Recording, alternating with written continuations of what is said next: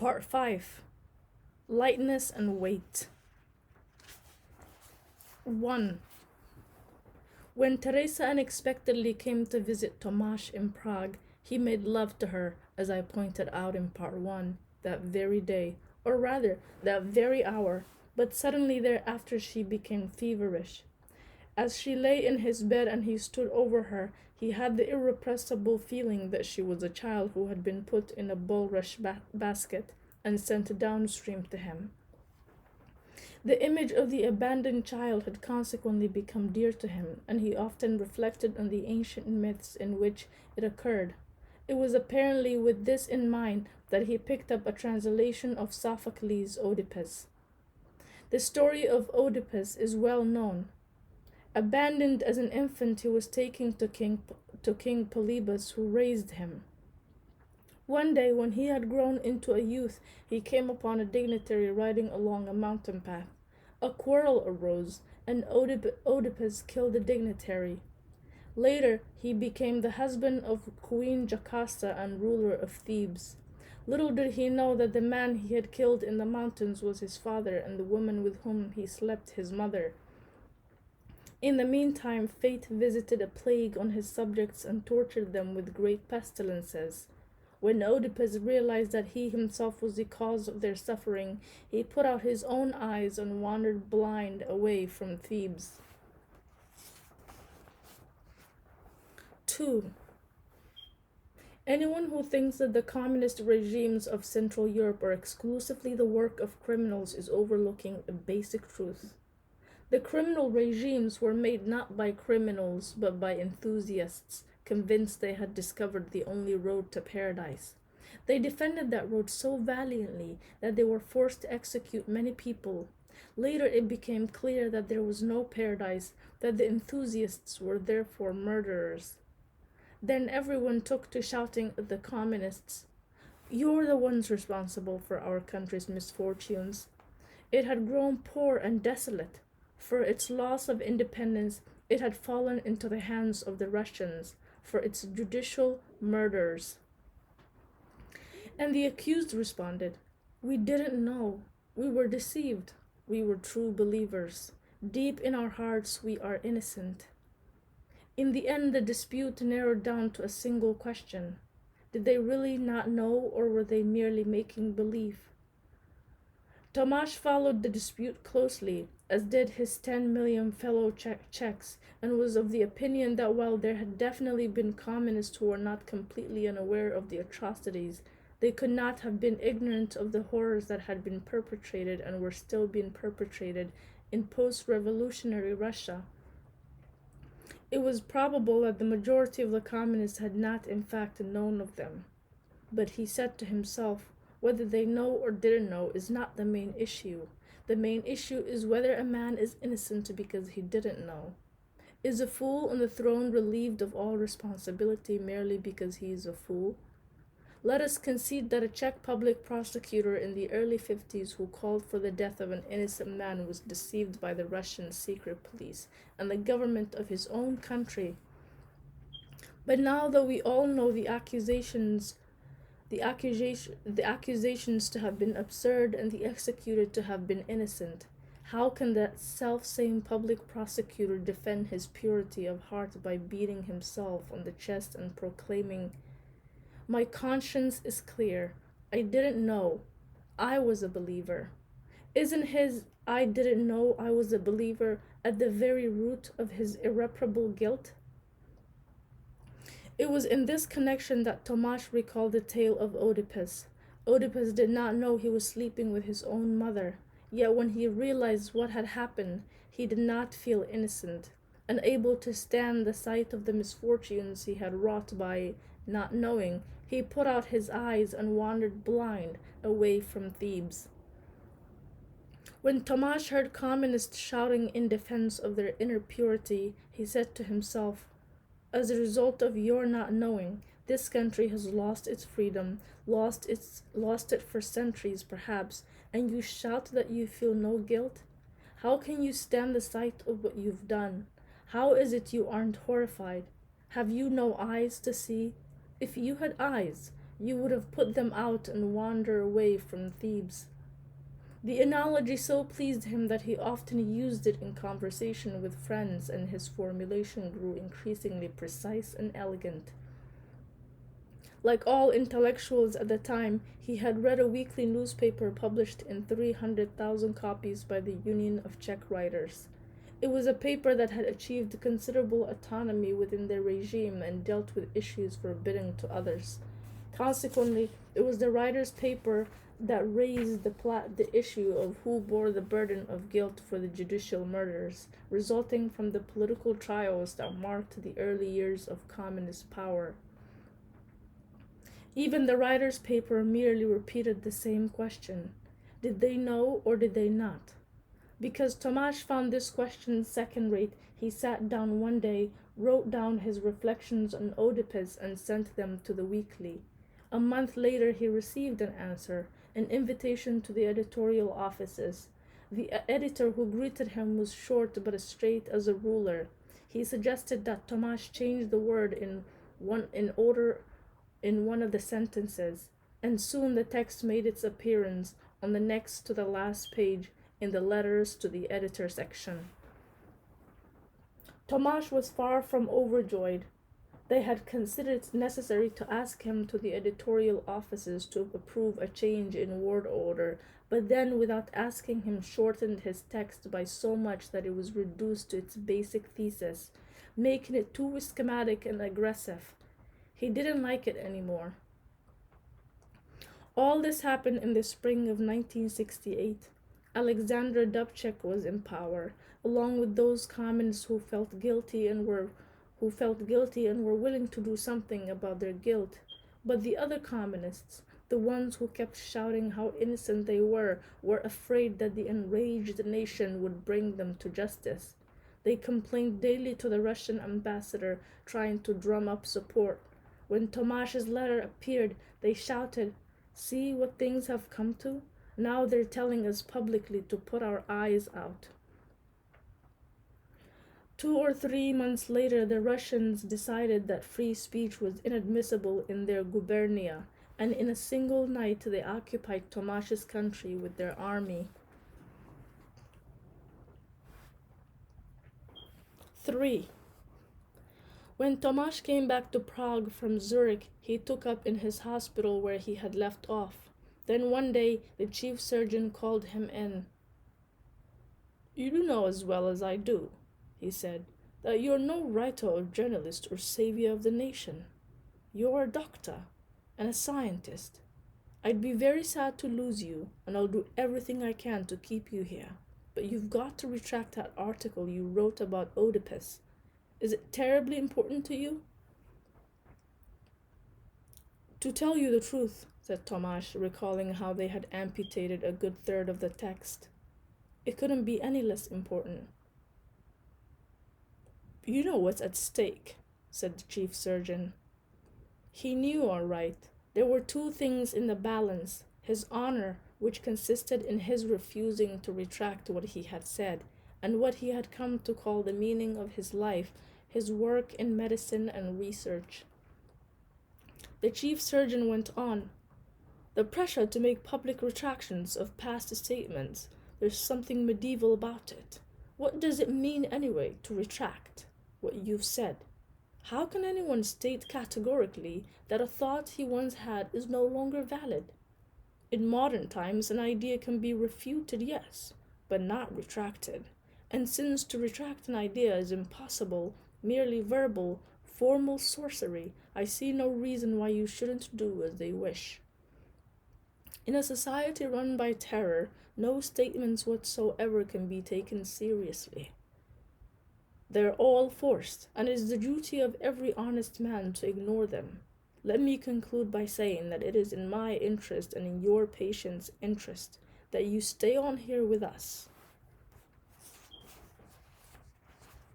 "You are right, I'm sure," said Tomasz, looking very unhappy. "But," the chief surgeon was trying to guess his train of thought,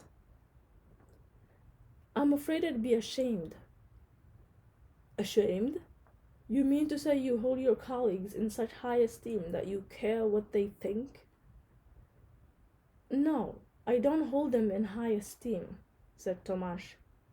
Oh, by the way, the chief surgeon added, you won't have to make a public statement. I have their assurance. They are bureaucrats. All they need is a note in their files to the effect that you've nothing against the regime. Then if someone comes and attacks them for letting you walk at the hospital, they're covered.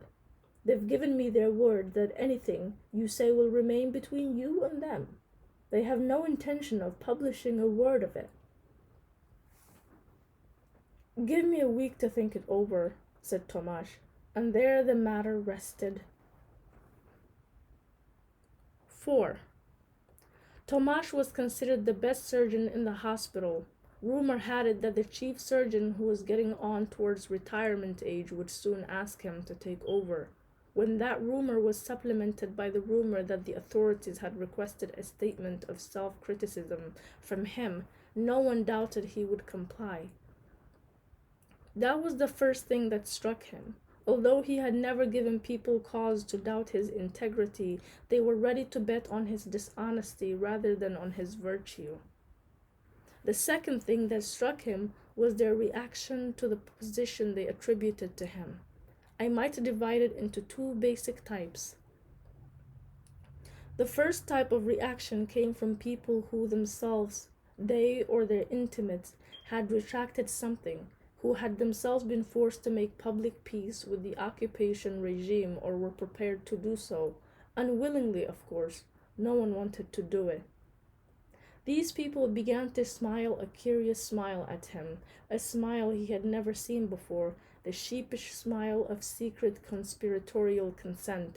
It was the smile of two men meeting accidentally in a brothel, both slightly abashed. They are at the same time glad that the feeling is mutual and a bond of something akin to brotherhood develops between them. Their smiles were all the more complacent because he had never had the reputation of being a conformist. His supposed acceptance of the chief surgeon's proposal was therefore further proof that cowardice was slowly but surely becoming the norm of behavior and would soon cease being taken for what it actually was. He had never been friends with these people, and he realized with dismay that if he did in fact make the statement the chief surgeon had requested of him, they would start inviting him to parties and he would have to make friends with them. The second type of reaction came from people who themselves, they or their intimates, had been persecuted, who had refused to compromise with the occupation powers or were convinced they would refuse to compromise, to sign a statement, even though no one had requested it of them, for instance, because they were too young to be seriously involved. One of the latter, Dr. S., a talented young physician, asked Tomasz one day, "Well, have you written it up for them?" "What in the world are you talking about?" Tomasz asked in return. "Why, your retraction," he said.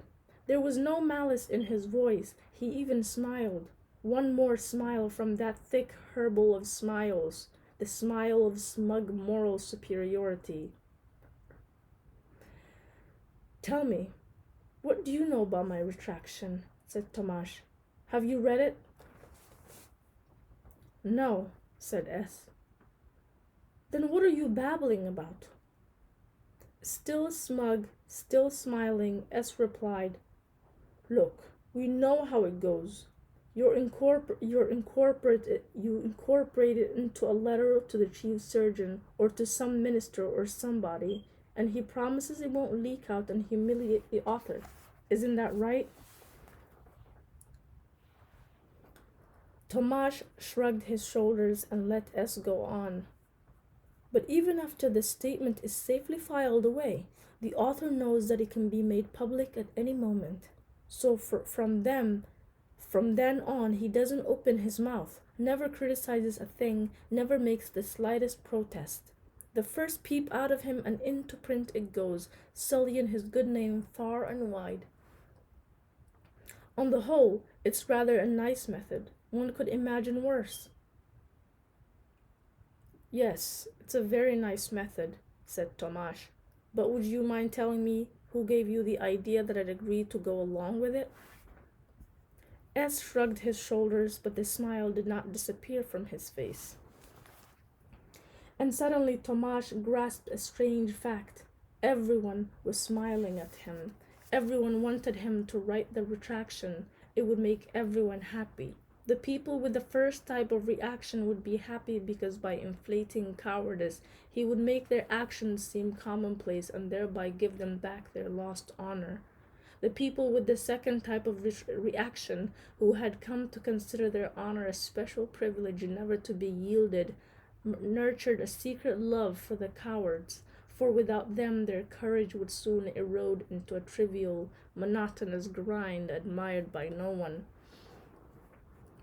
Tomasz could not bear the smiles. He thought he saw them everywhere, even on the faces of strangers in the street. He began losing sleep. Could it be? Did he really hold these people in such high esteem? He had nothing good to say about them and was angry with himself for letting their glances upset him so. It was completely illogical. How could someone who had so little respect for people be so dependent on what they thought of him? Perhaps his deep-seated mistrust of people, his doubts as to their right to decide his destiny and to judge him, had played its part in his choice of profession. A profession that excluded him from public display. A man who chooses to be a politician, say, voluntarily makes the public his judge, with the naive assurance that he will gain its favor. And if the crowd does express its disapproval, it merely goads him on to bigger and better things, much in the way Tomasz was spurred on by the difficulty of a diagnosis. A doctor, unlike a politician or an actor, is judged only by his patients and immediate colleagues, that is, behind closed doors, man to man. Confronted by the looks of those who judge him, he can respond at once with his own look to explain or defend himself. Now, for the first time in his life, Tomasz found himself in a situation where the looks fixed on him were so numerous that he was unable to register them. He could answer them neither with his own look nor with words. He was at everyone's mercy. People talked about him inside and outside the hospital. It was a time when news about who betrayed, who denounced, and who collaborated spread through nervous Prague with the uncanny speed of a bush telegraph. Although he knew about it, he could do nothing to stop it. He was surprised at how unbearable he found it, how panic-stricken it made him feel. The interest they showed in him was as unpleasant as an elbowing crowd or the pawnings of the people who tear our clothes off in nightmares. He went to the chief surgeon and told him he would not write a word. The chief surgeon shook his hand with greater energy than usual and said that he had anticipated Tomasz's decision.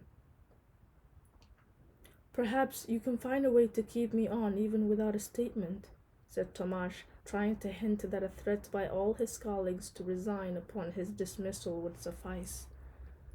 But his colleagues never dreamed of threatening to resign, and so before long the chief surgeon shook his hand even more energetically than the previous time. It was black and blue for days. He was forced to leave the hospital. 5. First, he went to work in a country clinic about 50 miles from Prague. He commuted daily by train and came home exhausted. A year later, he managed to find a more advantageous but much inferior position at a clinic on the outskirts of Prague. There, he could no longer practice surgery and become a general practitioner. The waiting room was jammed and he had scarcely 5 minutes for each patient. He told them how much aspirin to take, signed their sick leave documents, and referred them to specialists. He considered himself more civil servant than doctor. One day, at the end of office hours, he was visited by a man of about 50 whose portliness added to his dignity. He introduced himself as representing the Ministry of the Interior and invited Tomasz to join him for a drink across the street. He ordered a bottle of wine. I have to drive home, said Tomasz by way of refusal. I lose my license if they find I've been drinking. The man from the Ministry of the Interior smiled. If anything happens, just show them this. And he handed Tomasz a card engraved with his name, though clearly not his real name, and the telephone number of the ministry. He then went into a long speech about how much he admired Tomasz and how the whole ministry was distressed at the thought of so respected a surgeon dispensing aspirin at an outlying clinic. He gave Tomasz to understand that although he couldn't come out and say it, the police did not agree with drastic tactics like removing specialists from their posts. Since no one had thought to praise Tomasz in quite some time, he listened to the plump official very carefully, and he was surprised by the precision and detail of the man's knowledge of his professional career. How defenseless we are in the face of flattery. Tomasz was unable to prevent himself from taking seriously what the ministry official said. But it was not out of mere vanity. More important was Tomasz's lack of experience. When you sit face to face with someone who is pleasant, respectful, and polite, you have a hard time reminding yourself that nothing he says is true, that nothing is sincere. Maintaining non-belief constantly, systematically, without the slightest vacillation, requires a tremendous effort and the proper training, in other words, frequent police interrogations. Tomasz lacked that training. The man from the ministry went on. We know you had an excellent position in Zurich, and we very much appreciate your having returned. It was a noble deed. You realize your place was here. And then he added, as if scolding Tomasz for something, but your place is at the operating table too. I couldn't agree more, said Tomasz. There was a short pause, after which the man from the ministry said in mournful tones, Then tell me, doctor, do you really think that communists should put their eyes out? You who have given so many people the gift of health? But that's preposterous, Tomasz cried in self-defense. Why don't you read what I wrote? I have read it, said the man from the ministry in a voice that was meant to sound very sad. Well, did I write that communists ought to put out their eyes? That's how everyone understood it, said the man from the ministry, his voice growing sadder and sadder. If you'd read the complete version the way I wrote it originally, you wouldn't have read that into it. The published version was slightly cut. What was that? Asked the man from the ministry, pricking up his ears. You mean they didn't publish it the way you wrote it? They cut it. A lot? By about a third. The man from the ministry appeared sincerely shocked. That was very improper of them. Tomasz shrugged his shoulders. You should have protested, demanded they set the record straight immediately. The Russians came before I had time to think about it. We all had other things to think about then. But you don't want people to think that you, a doctor, wanted to deprive human beings of their right to see. Try to understand, will you? It was a letter to the editor buried in the back pages. No one even noticed it. No one but the Russian embassy staff, because that's what they look for. Don't say that. Don't think that. I myself have talked to many people who read your article and were amazed you could have written it. But now that you tell me it didn't come out the way you wrote it, a lot of things fall into place. Did they put you up to it? To writing it? No, I submitted it on my own. Do you know the people there? What people? The people who published your article. No. You mean you never spoke to them? They asked me to come in once in person. Why? About the article. And who was it you talked to? One of the editors. What was his name? Not until that point did Tomasz realize that he was under interrogation. All at once he saw that his every word could put someone else in danger. Although he obviously knew the name of the editor in question, he denied it. I'm not sure.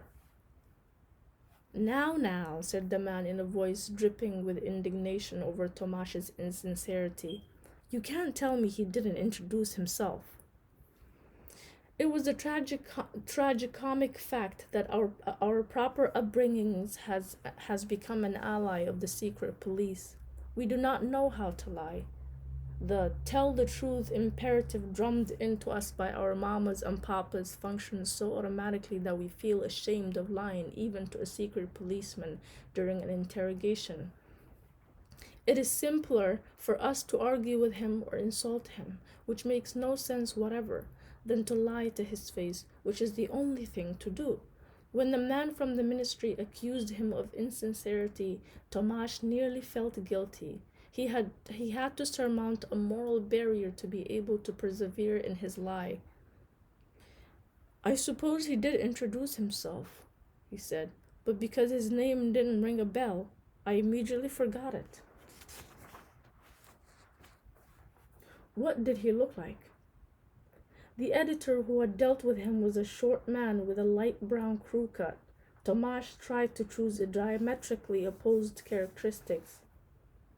He was tall, he said, and had long black hair. Aha, said the man from the ministry, and a big chin. That's right, said Tomasz. A little stooped. That's right, said Tomasz again, realizing that now the man from the ministry had pinpointed an individual. Not only had Tomasz informed on some poor editor, but more important, the information he had given was false. And what did he want to see you about? What did you talk about? It had something to do with word order. It sounded like a ridiculous attempt at evasion, and again the man from the ministry waxed indignant at Tomasz's refusal to tell the truth. First you tell me they cut your text by a third, then you tell me they talked to you about word order? Is that logical? This time Tomasz had no trouble responding because he had told the absolute truth. It's not logical, but that's how it was. He laughed. They asked me to let them change the word order in one sentence and then cut a third of what I had written. The man from the ministry shook his head as if unable to grasp so immoral an act. That was highly irregular on their part. He finished his wine and concluded, You have been manipulated, doctor, used. It would be a pity for you and your patients to suffer as a result. We are very much aware of your positive qualities. We'll see what can be done. He gave Tomasz his hand and pumped it cordially, then each went off into his own car.